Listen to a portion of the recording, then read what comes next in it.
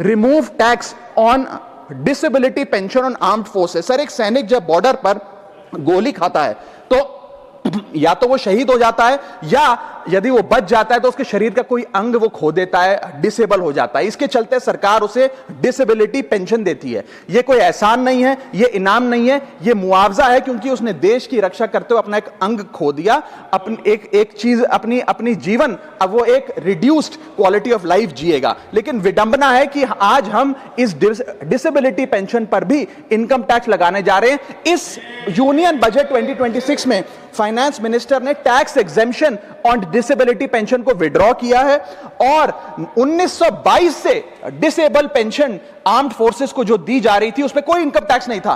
पहली बार 1922 से लेकर आज तक कोई इनकम टैक्स नहीं लगा, लेकिन अब हम उस पर इनकम टैक्स लगाने जा रहे हैं, जो कि ठीक नहीं है। मैं आपको एक उदाहरण के माध्यम से समझाना चाहूंगा। एक सोल्जर जो 20 साल का जब था, उसने भारतीय फौज को ज्वाइन किया।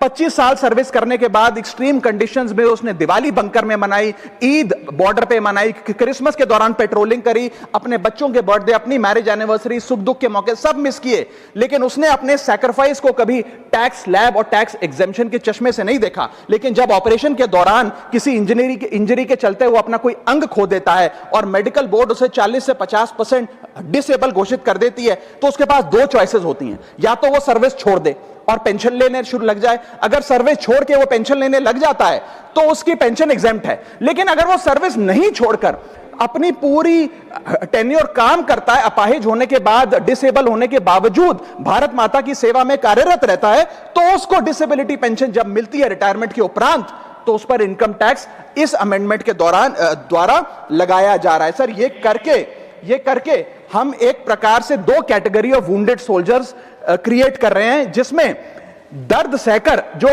फौजी ज्यादा काम करता है उससे ज्यादा टैक्स लिया जाएगा। हम अननोइंगली पनिश कर रहे हैं सैनिकों को घायल होने के बाद जो काम करते हैं। So we are penalizing courage, we are taxing endurance.